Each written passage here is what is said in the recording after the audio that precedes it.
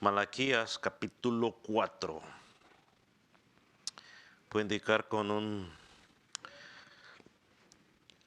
fuerte amén cuando lo haya localizado. Vamos a leer, 3 versículos, desde el 4 en adelante. Dice la palabra del Señor de la siguiente manera: acordaos de la ley de Moisés, mi siervo, el cual encargué en Horeb ordenanzas y leyes para todo Israel. He aquí yo os envío el profeta Elías, antes que venga el día de Jehová terrible. Él hará volver el corazón de los padres hacia los hijos, el corazón de los hijos hacia los padres, no sea que yo venga y hiera la tierra con maldición. Amén. Puede tomar asiento. Hoy vamos a concluir nuestro estudio de este corto libro del profeta Malaquías. Y durante nuestro estudio de este corto libro, uno de los profetas menores, hablamos de 6 disputas. 6 disputas o 6 confrontaciones de Dios contra Israel. En cada una de estas disputas o confrontaciones miramos que se hablaba de una parte del carácter de Dios. El carácter de Dios, algún aspecto del carácter de Dios, una de las características de Dios. Y tratamos también de aplicar alguna de esas confrontaciones pues a nosotros, ¿no? ¿Qué tiene que ver con nosotros hoy en el siglo XXI? Rápidamente recordamos esas confrontaciones. La primera se habló sobre el amor de Dios, que Dios en su amor escogió a su pueblo. La segunda disputa nos presenta a Dios como Señor y como Padre. Y como Señor y como Padre, pues merece honra, merece respeto. La tercera disputa miramos que Dios es fiel para con su pueblo. La cuarta disputa hablamos de la justicia de Dios. En la quinta disputa hablamos de la inmutabilidad de Dios, o sea, Dios nunca cambia. Y en la sexta disputa hablamos de la honestidad o de la veracidad de Dios.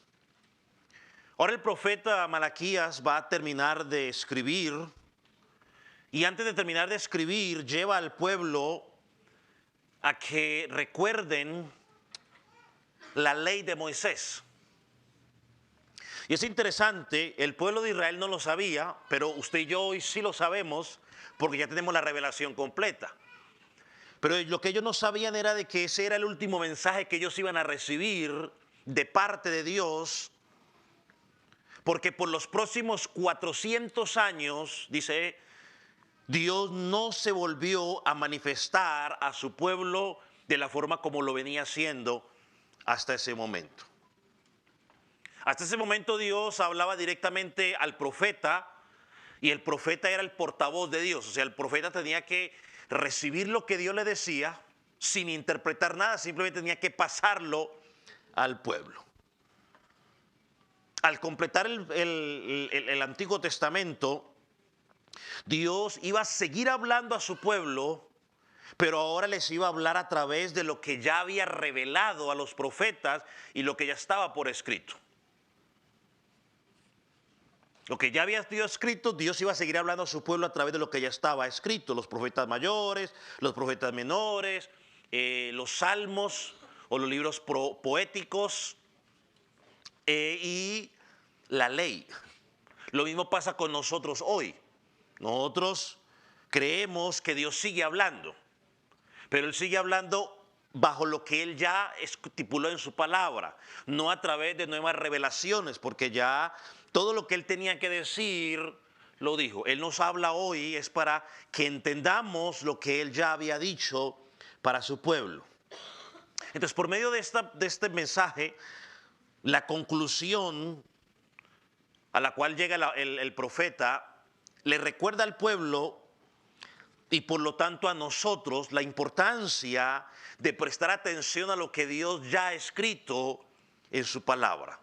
La importancia, mis hermanos, de leer, aprender y practicar. ¿Qué? Su palabra.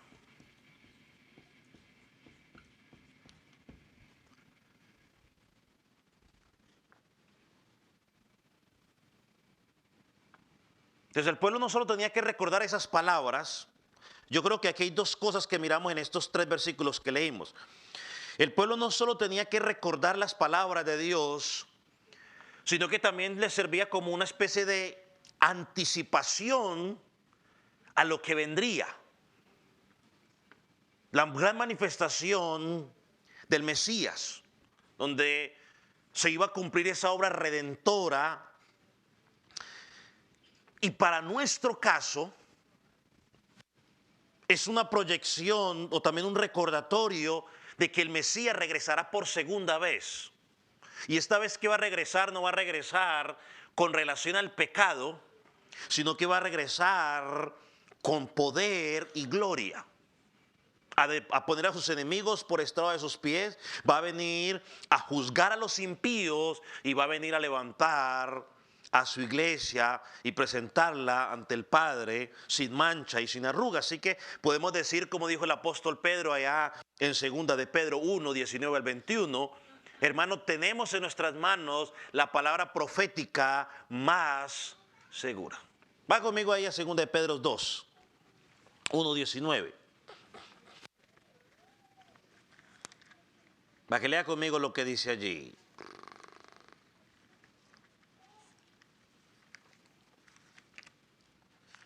¿Lo tiene?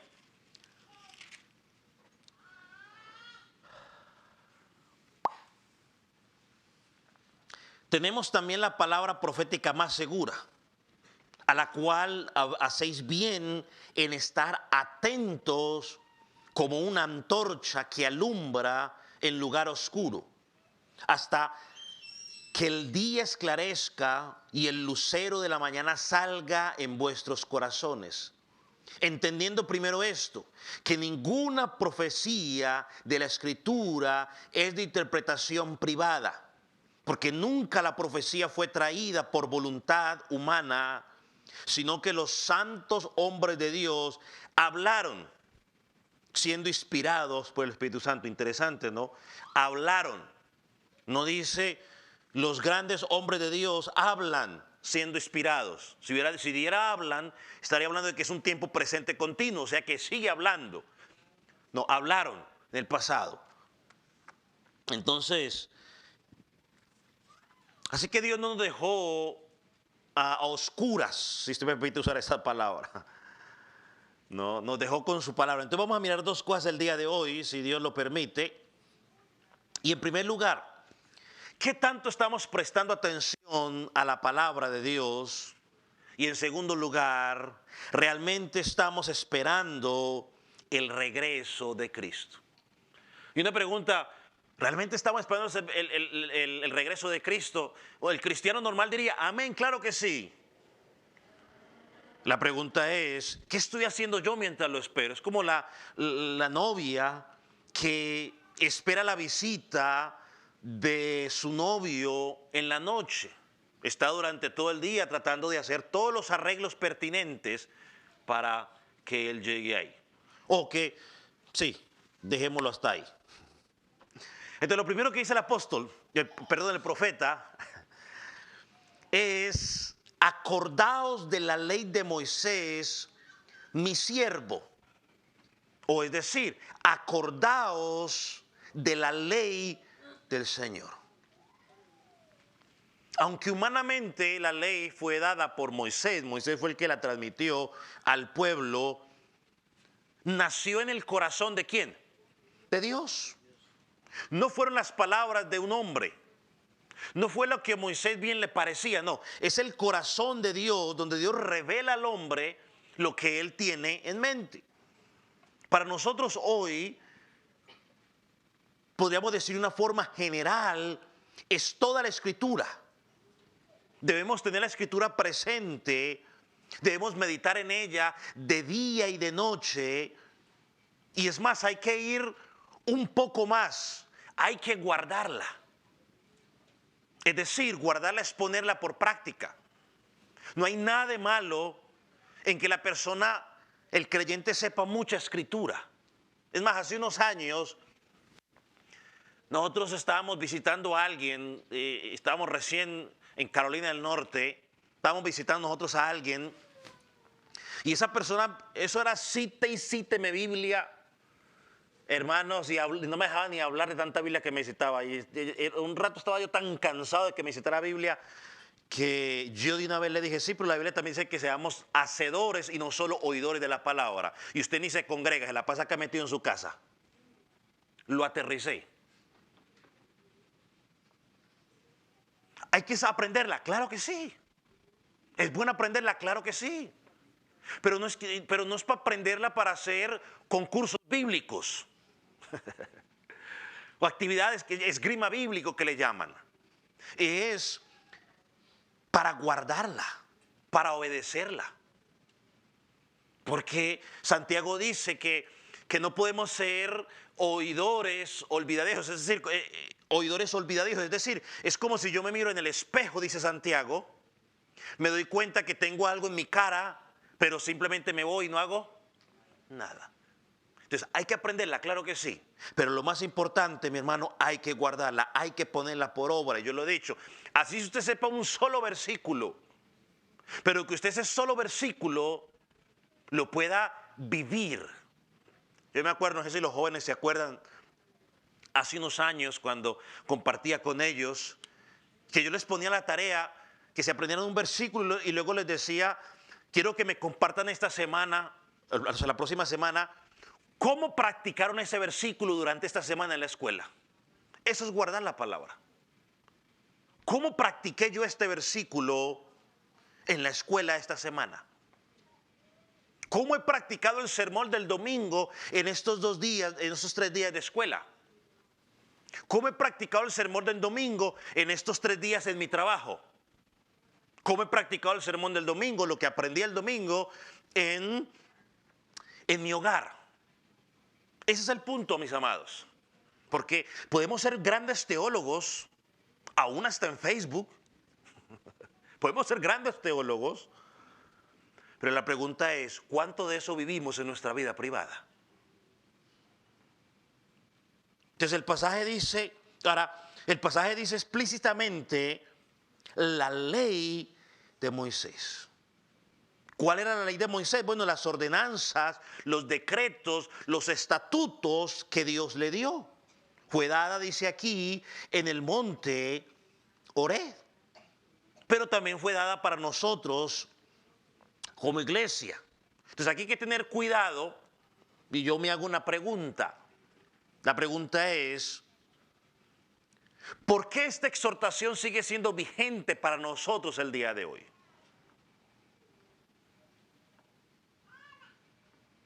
¿Por qué esta exhortación sigue siendo vigente para nosotros el día de hoy?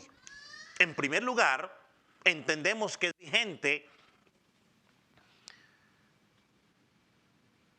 porque la ley que Dios le dio a Moisés ahí en el monte Horeb hacen parte de la palabra de Dios. Por ejemplo, todos conocemos lo que dice 2 Timoteo 3:16. De pronto usted no sabe la cita, pero apenas lo empiece a decir, se va a recordar. Pero 2 Timoteo 3:16 dice, toda la escritura es soplada por Dios o inspirada, dada por Dios. Toda la escritura, no una parte, toda. Y es útil, dice, ¿para qué? Para corregir, para instruir, para redarguir en justicia, ¿Con qué propósito? A fin de que el hombre de Dios o la mujer de Dios sea perfecta, o sea completa o completo, enteramente preparado o preparada para toda buena obra. Entonces la ley es parte de la Escritura y tiene una utilidad para nosotros el día de hoy. Ahora, aquí tenemos que hacer otra pregunta. Ahí también tenemos que tratar de hacer una distinción entre la ley, porque está la ley civil o la ley judicial que tenía Israel, que era una nación teocrática, es decir, no tenían rey, Dios era el que los dirigía. Pero también hay que hacer una distinción entre la ley ceremonial y la ley moral. La ley ceremonial y la ley moral. ¿Qué es la ley ceremonial? Creo que todos sabemos, ¿cierto? Tenía que ver con todos los sacrificios, todas las ofrendas que ellos hacían, y que sabemos por la Escritura, no porque lo que creen los cristianos, sino por lo que enseña la Escritura y las fiestas y todo lo demás. Por lo que enseña la Escritura sabemos que nuestro Señor Jesucristo vino a cumplir esos sacrificios, esas ceremonias, esas fiestas. Todo eso era una sombra que apuntaba ¿a quién? A Cristo. Todo apuntaba a Cristo. Entonces, por lo tanto, cuando Jesucristo vino por primera vez, Él puso fin a todo el sistema de sacrificios. Hoy esos sacrificios, esas fiestas ya no son necesarias, aunque algunos quieren seguir haciéndolas, sobre todo algunas las que más convienen, pero se cumplieron en Cristo. Sin embargo, cuando examinamos la ley moral,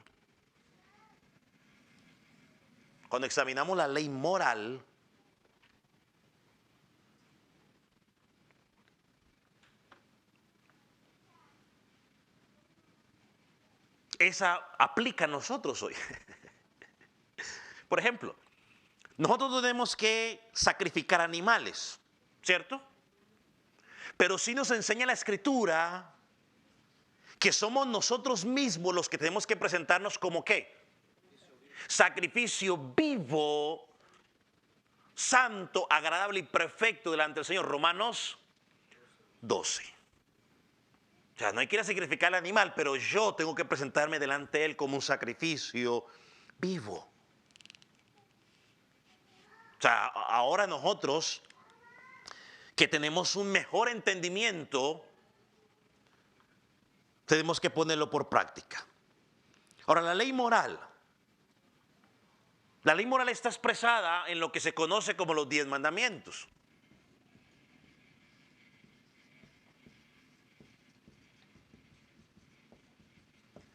Ahí está expresada la ley moral. Y es una ley que está vinculada, mis hermanos, a todos los seres humanos, independientemente de si son cristianos o no son cristianos. ¿Qué hace la ley moral? Bueno, la ley moral restringe el pecado tanto de cristianos como no cristianos, y toda sociedad, cristiana o no cristiana, debe aplicar esa ley. No matar, no hurtar, no adulterar, no mentir. Porque esas leyes o esas normas restringen el pecado y promueven la justicia.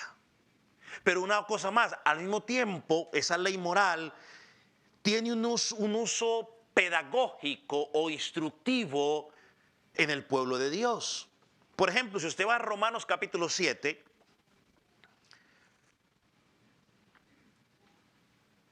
encontramos que la ley nos da convicción de pecado. Vaya a Romanos 7. Y miren lo que el apóstol Pablo dice sobre esto.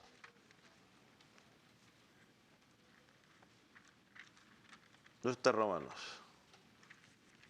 Se voló. Lo tiene Romanos 7.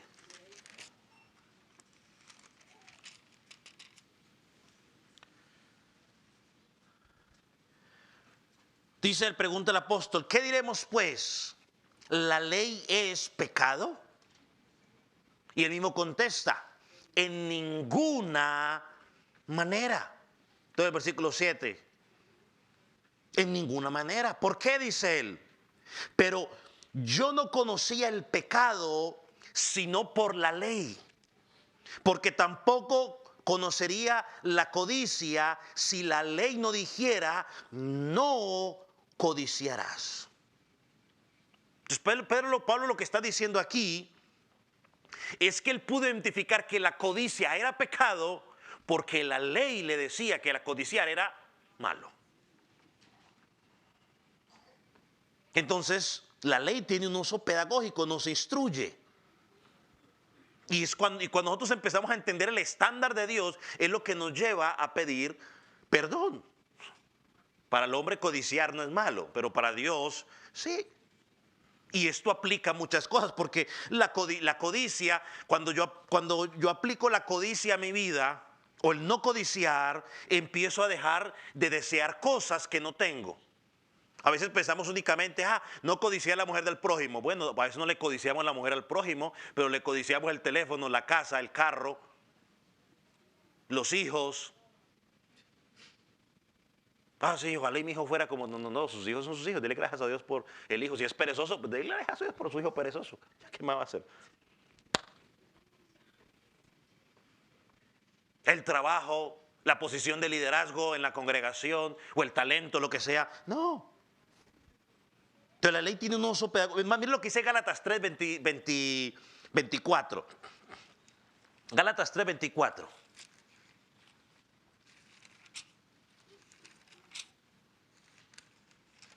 Gálatas 3, 24, miren lo que dice allí, lo tiene.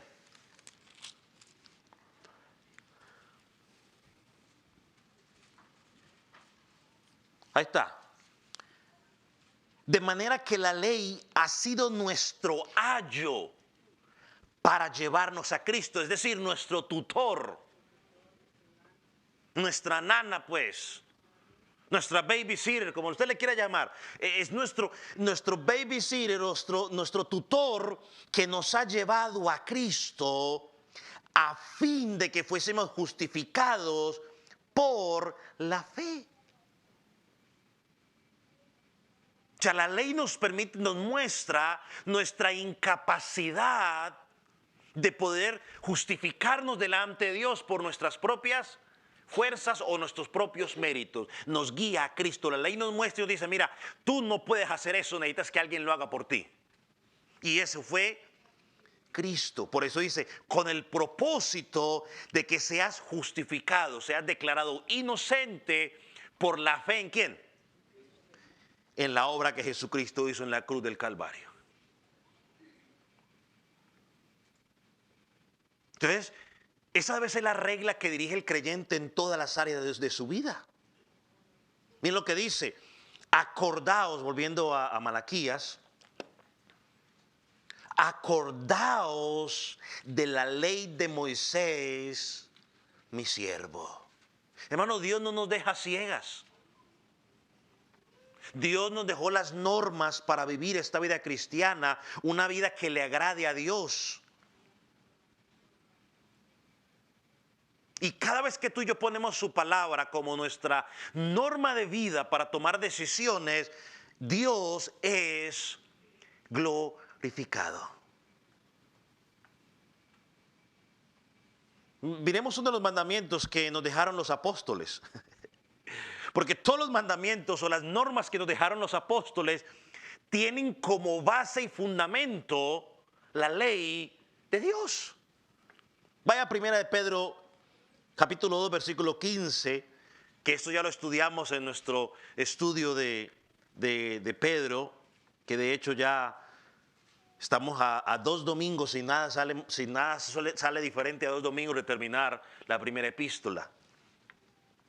Primera de Pedro 2, 15 y 16. Ahí encontramos uno de los ejemplos. Miren lo que dice. Porque es la voluntad de Dios que haciendo el bien hagáis callar la ignorancia de los hombres insensatos, como libres, pero no como los que tienen libertad como pretexto para hacer lo malo, sino como siervos de Dios, honrar a todos, amad a los hermanos, temed a Dios, honrad al rey. Hacer el bien pues apunta a todo lo que Dios pide de nosotros. Esto tiene como base la ley moral de Dios. Es más, dice ahí, amar a los hermanos. Ahí fue donde Jesucristo resumió la ley, ¿se acuerda? Amar a tu prójimo como a ti mismo. Vaya a Tesalonicenses, 1 Tesalonicenses 4, versículo 1 al 6. Allí encontramos más detalles. 1 Tesalonicenses, capítulo 4.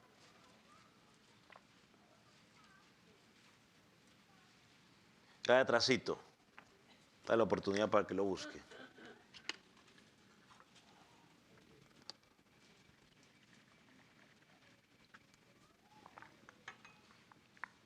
Dice, por lo demás, hermanos, os ruego, os exhorto en el Señor, que de la manera que aprendiste de nosotros, como os conviene, conduciros y agradad a Dios, y así abunde más y más. Versículo 2. Porque ya sabéis qué instrucciones os dimos por el Señor Jesús. Mira las instrucciones. Pues la voluntad de Dios es vuestra santificación. Pastor, yo ahí no veo la ley por ningún lado. Tranquilo, ahí va. Que os apartéis de ¿qué? De fornicación.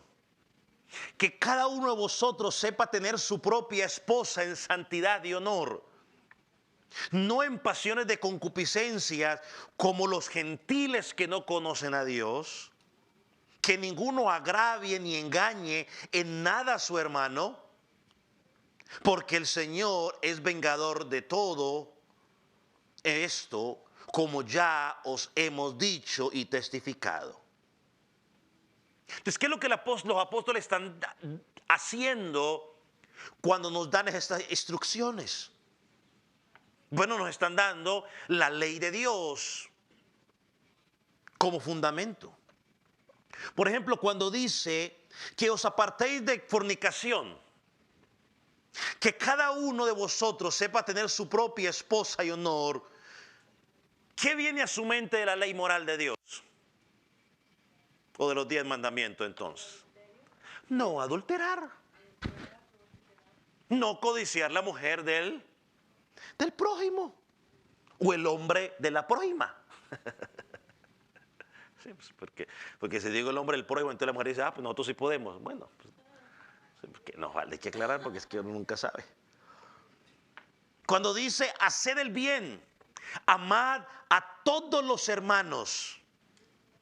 ¿Qué mandamiento encontramos como base allí? Amar a tu prójimo como a ti mismo.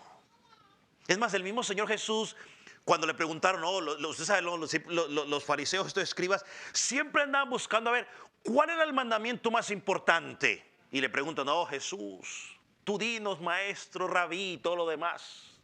¿Cuál es el mandamiento más importante de todos? Y Jesús le dijo, pues, amarás al Señor tu Dios con una parte de tu corazón. Dice, con todo tu corazón, con toda tu alma, con toda tu mente, o sea, con todo lo que eres. Con todo lo que eres, y añade, y amarás a tu prójimo como a ti mismo. Ahora, estos 2 mandamientos no se nos dan para que cada quien lo interprete a como bien le parece. Que cada quien lo acomode según a él. Bueno, sí, la Biblia dice que amaremos al prójimo, pero pues yo decido a quién amo. No. No me diga como dijo un hombre un día hace muchos años. Me dijo, no, pastor, es que yo amo a mi esposa a mi manera. Le dije, no, pero es que según la Escritura, tú y yo no somos llamados los esposos a amar a la esposa a nuestra manera. Según la Escritura, amados esposos presentes en esta noche, según la Escritura, ¿cómo se nos es dado el mandamiento de amar a nuestras esposas. ¿Cómo? ¿Cómo, hermano? Como Cristo amó a la iglesia. Ese cuento de que a mi manera vale allá afuera, pero dentro del pueblo de Jesucristo no. El estándar es Cristo, no es tu manera, no es mi manera. El estándar es Cristo. Porque Cristo lo pone de esa manera. Bueno, porque esa mujer con sus defectos y sus virtudes es una hija de Dios y Dios la puso a nuestro cuidado. Entonces no es a nuestra manera, sino a la manera de Dios. Y así debe ser el amor. Amén. Yo entiendo que hay personas que nos la ponen difícil. Claro que sí. Hay personas que sí nos la ponen difícil. Y yo voy a ser honesto. Yo hay momentos que se la pongo difícil a la gente de amarme. Yo no me voy a bajar del barco y decir que yo soy aquí el angelito. No, yo hay momentos que se la pongo difícil a la gente de amar y que dicen, Dios mío. Yo quisiera ponérsela fácil, honestamente. Pero pues a veces no sé. No sé si consciente o inconscientemente. Y usted también, ahora usted no ahorita no se crea el más listo de la película, porque a veces usted también se la pone difícil a otro. ¿Por qué? Porque así somos.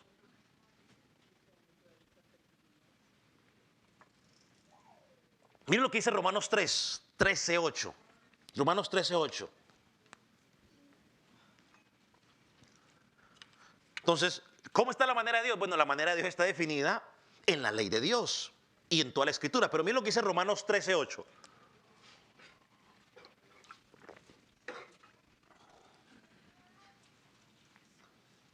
Miren lo que dice. ¿Lo tiene? No debáis a nadie nada, sino amaros unos a los otros, porque el que ama al prójimo, ¿qué dice? No, pero díganlo duro. El que ama al prójimo ha cumplido la ley. Y aclaro por si las dudas. El amarnos los unos a los otros no anula la responsabilidad de que si tengo una deuda con el hermano no se la pago. Como nos amamos y como me ame del amor del Señor, me hago el loco. No, señor, no, señora. Si le debe a alguien, pague. Así tenga que pagar $1 por mes, pero pague. Hermano, tengo corte presupuesto, le puedo pagar $1 por mes. Bueno, pues páguemelo, pues, pero por menos pague. Sí, no se haga el loco. Porque parte de amar a mi hermano en Cristo es regresarle ese dinero que él me prestó. Porque él dejó de usarlo para que usted lo usara y sacarlo de algún defecto. De algún problema en que usted se encontraba. Entonces ahora pague. Y por andar prestando dinero, pues le pasa lo que dice Proverbios. El que pide dinero prestado se vuelve ¿qué? Esclavo del otro. ¿Quién lo manda? Pero ojo, es otro tema, pero lo digo por si las moscas, porque no falta el que diga, el pastor dijo que me tiene que amar, hermano, olvídese la deuda. No, señor, no he dicho eso. Pague, sea responsable. Entonces lo que hacemos en nuestra vida debe tener como base los mandamientos de Dios. Y póngame atención en esto. Debemos tener una obediencia interna y no tan solo externa. Debemos tener una obediencia interna y no tan solo externa, pastor. ¿Cuál es la diferencia entre una obediencia interna y la obediencia externa? Hermanos, que la obediencia interna no depende de quién te ve. La obediencia externa sí. Es decir, hay gente que obedece mientras los están viendo. Mire, no se ponga esa ropa. A ver, ¿qué ejemplo doy o no doy ejemplo? La obediencia externa Hace las cosas delante de las personas que te lo están pidiendo que lo hagas, pero apenas dan la espalda, actúas de forma diferente. Que eso en otro término bíblico sería: no eres íntegro. No se vista de esa manera. Ah, bueno, pues mientras el pastor me está viendo, me he visto bien. Apenas no tenga el pastor delante de mí, me he visto como se me da la soberana voluntad. Bueno, eso es tener una obediencia externa solamente. No hay una obediencia interna. Porque cuando hay obediencia interna, yo me comporto de la misma manera, esté el pastor, esté mi papá, esté mi mamá, esté el vecino, esté el que sea, presente o ausente, esté mi jefe, yo me comporto o actúo de la misma manera. Eso se llama integridad.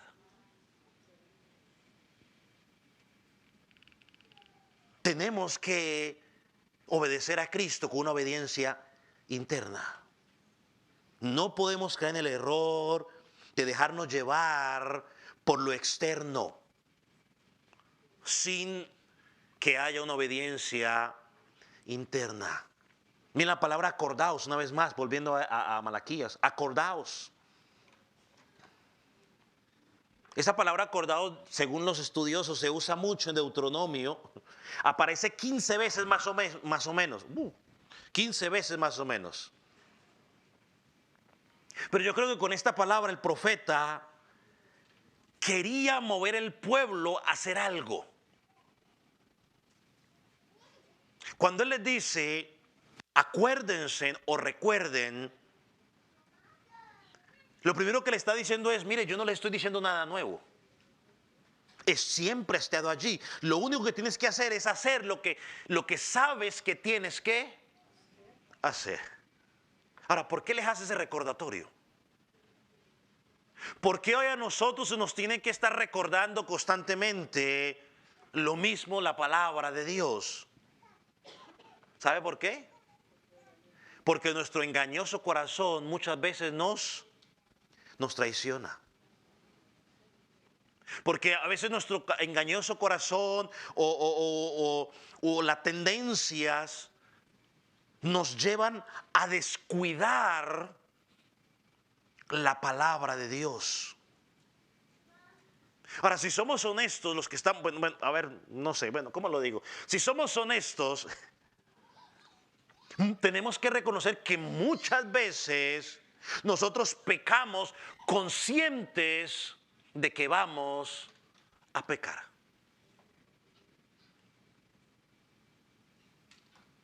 Es que eso no es correcto, pero sin embargo, pues, hagámoslo. Y dijo alguien una vez, lo que pasa es que a veces, o lo que pasa no, lo que pasa es que,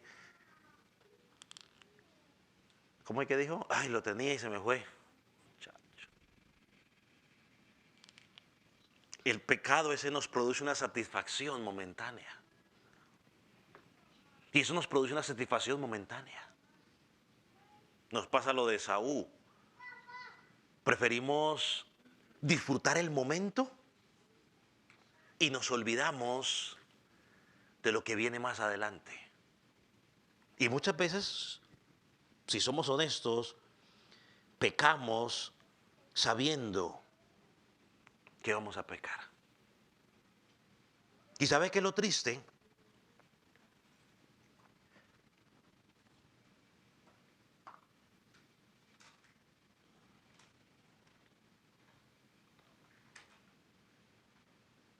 Pecamos en aquello que muchas veces se nos está predicando. Y tristemente, muchas veces nos escudamos en la famosa frase: es que el pastor está tirando.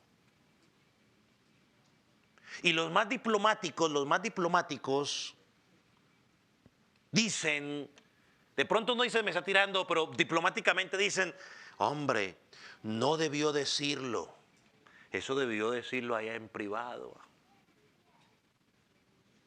O sea, hermano, en lugar de darle gracias a Dios porque nos está hablando por medio de la predicación, en lugar de darle gracias a Dios porque me está exponiendo el pecado en mis narices una vez más para que haya arrepentimiento, En lugar de pedirle perdón a Dios, en lugar de buscar arrepentimiento, nos justificamos. Eso fue que alguien le dijo algo.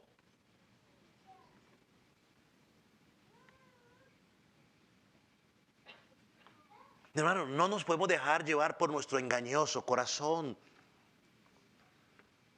¿Cómo es posible de que nos está señalando, que el Señor está usando su palabra para señalarnos un pecado que estamos cometiendo o que hemos cometido? Y la forma de justificarnos nosotros es escudarnos en los pecados que otros han cometido. O simplemente decir, el pastor anda tirando. Hermano, yo me pregunto, o sea, yo me pregunto, cuando pensaba en esto, yo me preguntaba, es que tiene uno que estar muy mal para pensar que es un hombre el que nos está hablando y no Dios, cuando muchas veces sabemos que estamos pecando o que estamos mal en esa área.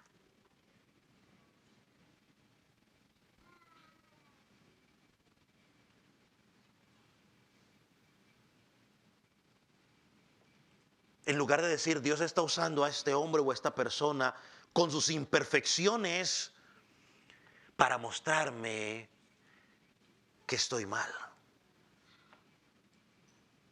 Hermano, no podemos engañarnos.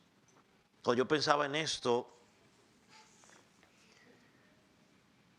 me acordaba de todas estas disputas. Porque cuando Dios confrontaba el pecado del pueblo, ¿qué hacía el pueblo? ¿Se acuerdan? ¿Qué hacía el pueblo? Se justificaba ¿en qué? ¿En qué hemos fallado? ¿En qué nos has amado? ¿Con quién la agarraban? Con Dios.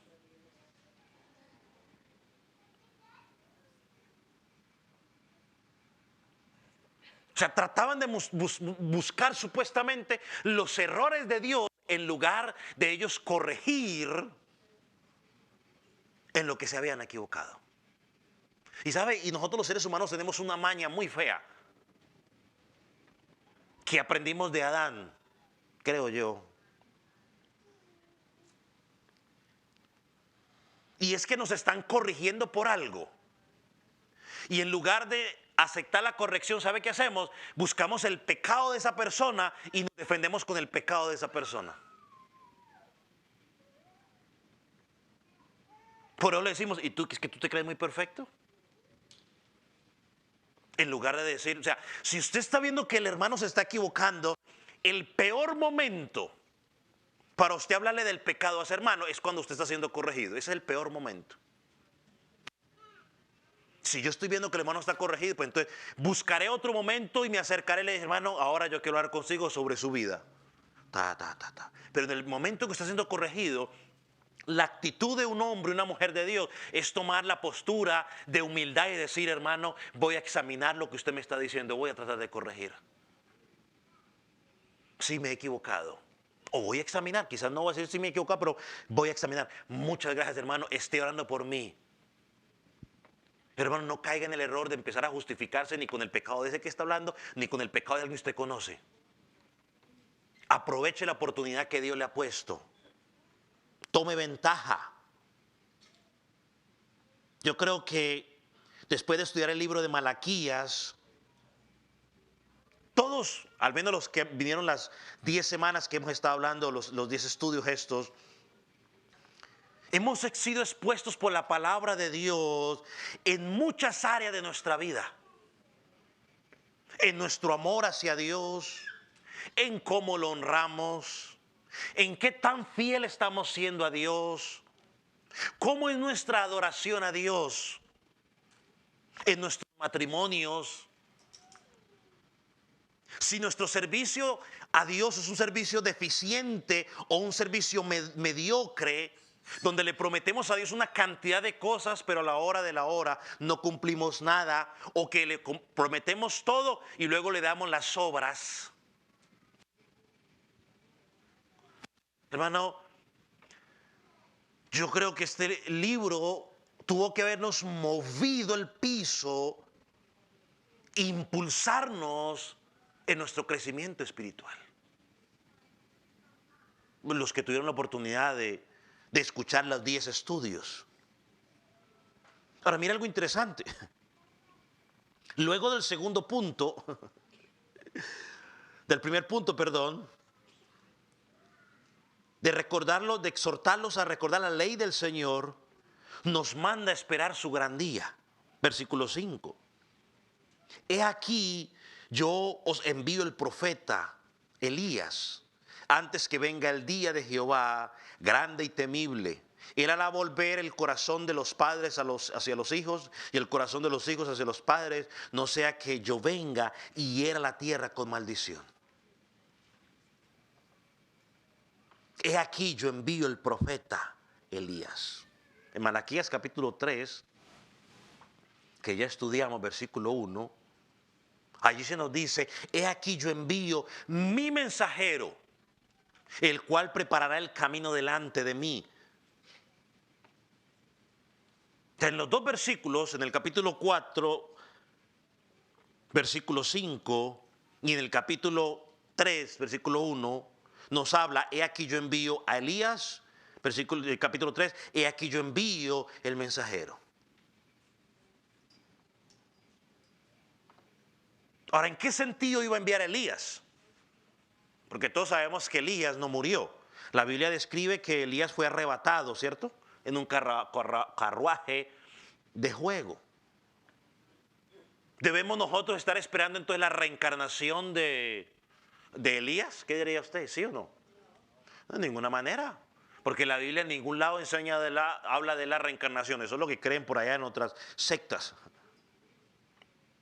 Por la Escritura sabemos que ese mensajero estaba apuntando ¿a quién?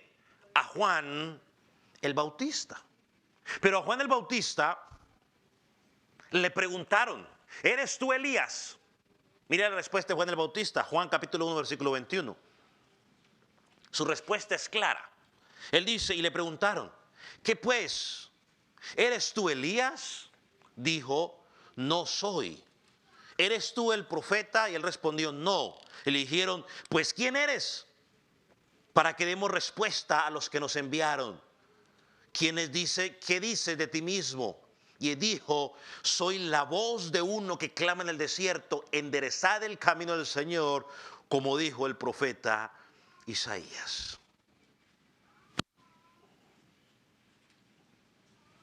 Lo interesante es que cuando usted va y mira Mateo 11, versículo 14, Jesús dice, si quieres recibirlo, Él es aquel Elías que había de venir.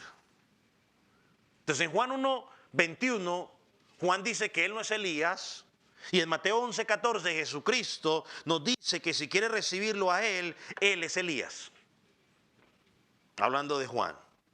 Yo creo que la respuesta o el pasaje que nos da mayor claridad está en Lucas capítulo 1. Vaya a Lucas capítulo 1, versículo 13. El trasfondo es que el ángel se aparece a Zacarías para anunciar el nacimiento de Juan. Y en ese momento el ángel cita Malaquías 4, 5 y 6. Es lo que dice Lucas 1, 13. Lucas 1, 13 en adelante. ¿Lo tiene? Pero el ángel le dijo, Zacarías, no temas, porque tu oración ha sido oída y tu mujer Elizabeth te dará a luz un hijo y llamarás su nombre Juan. Tendrás gozo y alegría, muchos se regocijarán de su nacimiento, porque será grande delante de Dios. No beberá vino ni sidra, y será lleno del Espíritu Santo, aún desde el vientre de su madre. Y hará que muchos, versículo 16, y hará que muchos de los hijos de Israel se conviertan al Señor, Dios de ellos. Mire el versículo 17. E irá delante de él con el espíritu y el poder de Elías, para hacer volver los corazones de los padres a los hijos y de los rebeldes a la prudencia de los justos para preparar al Señor un pueblo bien dispuestos. Entonces hay evidencia clara en la Escritura de que Jesús toma Malaquías 3, capítulo 1, y le dice, él, o sea, Juan el Bautista, es Elías. Y luego Malaquías 4, 5, también respecto a Juan, nos dice, y se cumple lo que dice Malaquías 4, 5. Pero no es que literalmente Juan fuera Elías, sino que en Juan el Bautista estaba el mismo espíritu de poder y de autoridad que moró en Elías. No es reencarnación, sino que el mismo espíritu que estuvo en Elías o el que respaldó a Elías es el mismo que iba a estar ¿en dónde? En Juan el Bautista. La Biblia no enseña reencarnación por ningún lado. Los hindúes creo lo que enseñan esa cuestión. Pero miren lo que enfatiza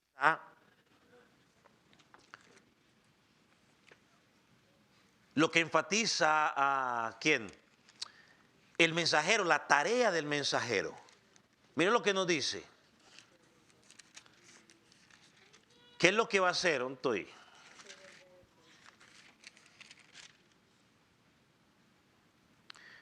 Mire su labor, para hacer volver los corazones de los padres a los hijos y de los rebeldes a la prudencia de los justos, para preparar al Señor un pueblo bien dispuesto. Esa era su función. Una función de ¿qué? De arrepentimiento. Ahora, pero aquí en Malaquías todavía nos queda algo que queríamos preguntarnos, un reto, digamos, escatológico. Y aquí yo os envío el profeta antes que venga el día del Señor.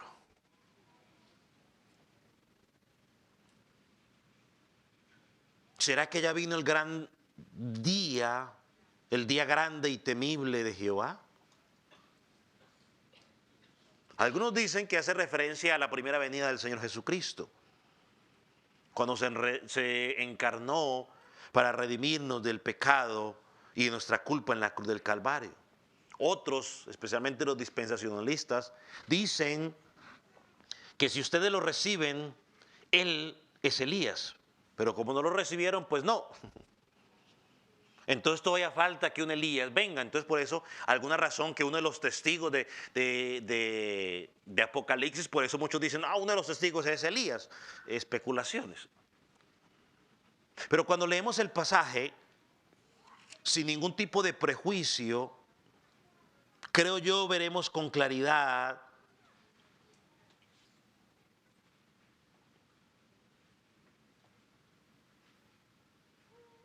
dice, he aquí yo os envío al profeta Elías antes que venga el día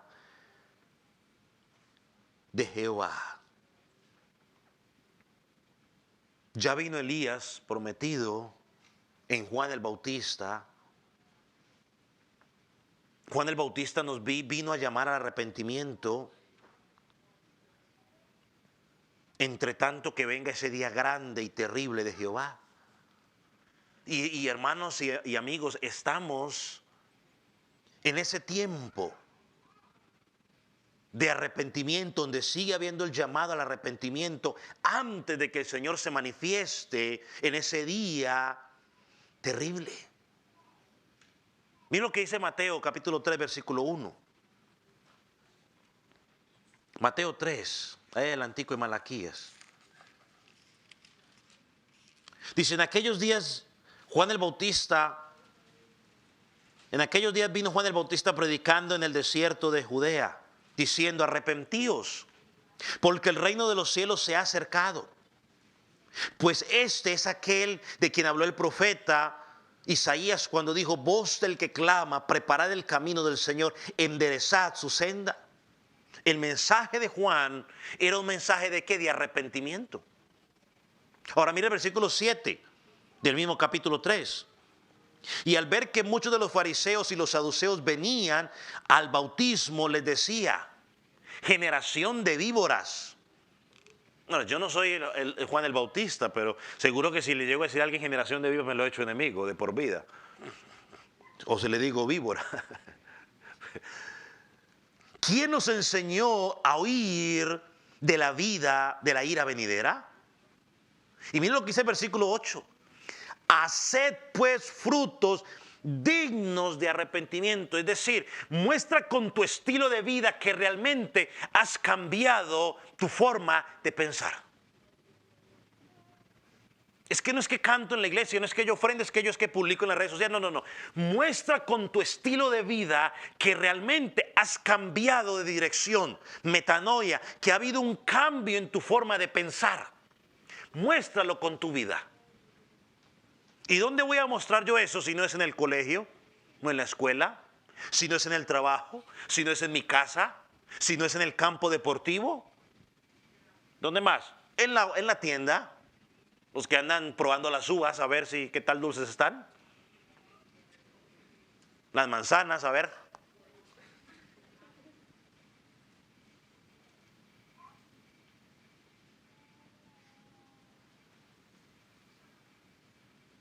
Versículo 9. Y no penséis decir dentro de vosotros: a Abraham tenemos por padre. Porque yo os digo que Dios puede levantar hijos de Abraham aún de estas piedras. Y ya también el hacha está puesta a la raíz de los árboles. Por tanto, todo árbol que no da buen fruto será cortado y echado al fuego. Y yo a la verdad os bautizo en agua y en arrepentimiento. Pero el que viene detrás de mí, cuyo calzado no soy digno de llevar, es más poderoso que yo. Él os bautizará en Espíritu Santo y fuego. Tristemente para algunos hoy ese fuego es otra cosa. Pero aquí lo que está hablando es que unos van a recibir el Espíritu Santo y otros fuego, condenación. La gente hoy dentro de ciertos lugares, es que el Espíritu Santo bautiza, bautízame con fuego. No, a mí que me bautizó ya con el Espíritu Santo. El fuego será para los impíos. Y dice, juego, queremos juego. Yo no. Su aventador está en su mano y limpiará su era y recogerá su trigo en el granero y quemará la paja. ¿En dónde? En fuego que nunca se apagará. ¿Sabe, hermano? ¿Ahí de qué está hablando? Del infierno. Hoy la gente no quiere que le hablen del infierno. Nunca se apagará. ¿Ustedes han estado en algún candela que prendemos que no la apagamos y usted dele? Nunca se apagará. Estoy debatiendo en mí mismo, si hablamos algo del infierno dentro de 8 días o mejor empiezo con lo otro que tenía en mente. Me estoy debatiendo en mí mismo, si lo hago o no lo hago, pero luego me da miedo que no vuelvan. Nunca se apagará.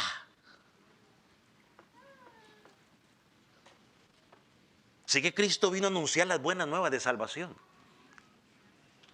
Pero todavía no ha llegado el día grande de Jehová, pero vendrá. Juan vino a preparar el camino al Mesías. El Mesías vino, predicó las buenas nuevas de salvación, ofreció su vida, abrió el camino, hay entrada directa al Padre, porque Él dice: yo soy el camino, yo soy la verdad, yo soy la vida, yo soy la puerta. Pero el gran día de Jehová todavía no ha venido, pero vendrá. Hermano, la distorsión del amor de Dios ha sido tan terrible, porque es que, amén, Dios es amor. Pero a veces pensamos que Dios es un ser inofensivo, que Dios es puro amor, besos y abrazos. No, pero nos olvidamos de la justicia, de la ira de Dios. Tan grande es la ira de Dios, mis amados, que castigó a su Hijo por causa del pecado. Ahora, mire cómo termina el versículo, para acabar con Malaquías. Mire cómo termina el versículo. Y heriré la tierra con maldición. Anatema, ¿no? Maldito de Dios. Mire por un momento, ¿qué le dije yo al principio del sermón? O del estudio, soy el sermón. Que esta era la última palabra de Dios al pueblo. Y mire cómo terminó. Y todos serán bendecidos y yo estaré con ustedes. Y poseerán la tierra. Y la tierra que pusieres tus pies será estirada y todo lo demás. Ancharé tu territorio como Hades. Heriré la tierra con maldición. Y después de eso, 400 años de silencio.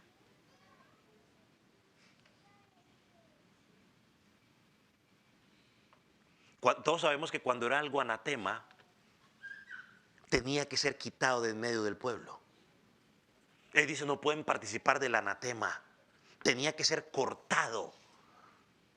Entonces, ¿cuál es el propósito de terminar de esta manera? Es un llamado de atención a este pueblo, es un llamado de atención a nosotros, de que tengamos cuidado cuando no hacemos lo que Dios pide de nosotros.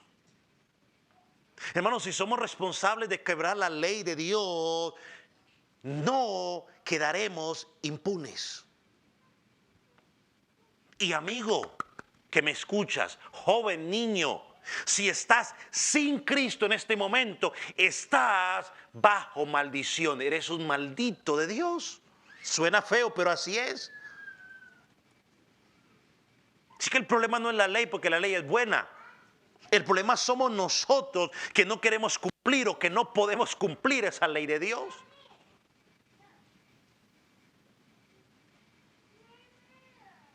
Y esta palabra, iré a la tierra con maldición, nos recuerda nuestra terrible condición. Nos recuerda el juicio de Dios. Al juicio de Dios porque hemos sido acreedores por violar las normas de Dios. Y por lo tanto mi única esperanza frente a ese juicio, ¿sabe quién es? Cristo. That's my only hope. That's your only hope. Jesus Christ. No hay más. No hay más. Porque Gálatas 3:13 dice que Cristo Él redimió la maldición de la ley y fue hecho maldición por mí. Ya me iba a pegar aquí. Me acordé del micrófono. Fue hecho maldición por mí, por aquí en la panza, por mí. Fue hecho maldición por mí, porque dice maldito todo aquel que es colgado en un madero. Oh amigo, que estás sin Cristo, joven, tu única esperanza es Cristo. No digas como decían ellos, oh, tenemos a Abraham como padre. No digas, mi papá es cristiano, mi papá me lleva a la iglesia. No, necesitas a Christ. Yo no sé qué es eso. A Cristo, Spanglish. Necesitas a Cristo. Necesitas a Cristo y solo a Cristo. Y si estás sin Cristo, joven, hoy es tu día de salvación. Hoy es el día para que clames, Cristo, perdóname, Cristo, dame arrepentimiento. Necesito creer en ti. Y hoy como a la iglesia en general le digo esto.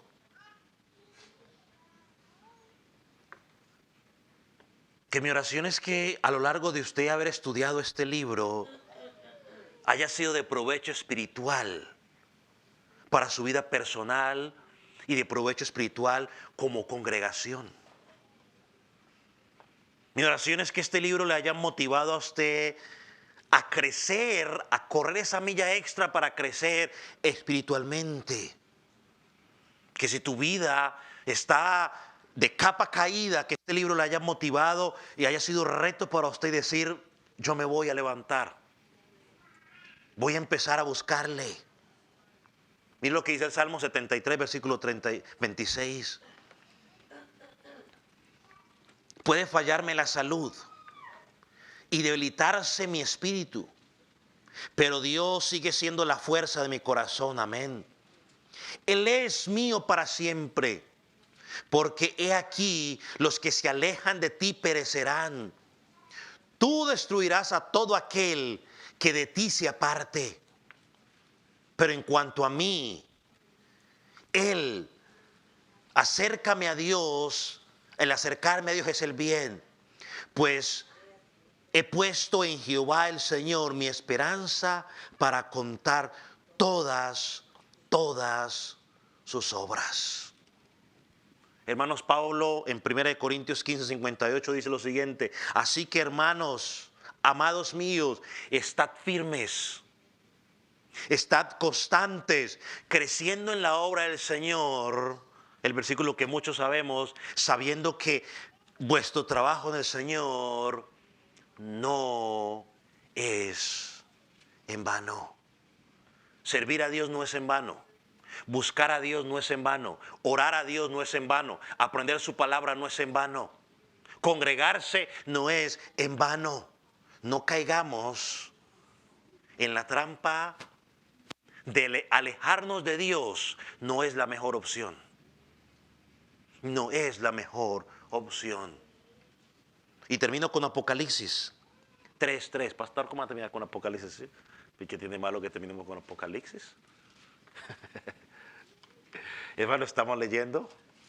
A veces la gente le asusta Apocalipsis, pero ¿sabe qué es Apocalipsis? Apocalipsis es el triunfo de Cristo. Mire Apocalipsis, no con el periódico del brazo, no como que qué va a pasar mañana, hermano. Apocalipsis está centrado en que Cristo tiene la victoria. Así que no se espante de Apocalipsis. Miren lo que dice Apocalipsis, capítulo 3, versículo 3, hablando a la iglesia de Sardis. Acuérdate pues de lo que has recibido y oído, y guárdalo, o sea, obedécelo.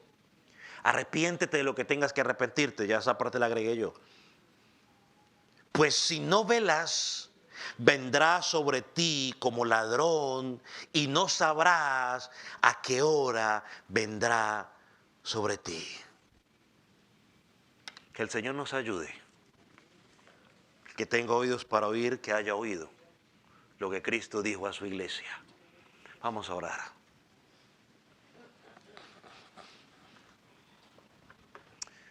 Amado Dios, gracias por la hermosa oportunidad de estudiar este libro de Malaquías.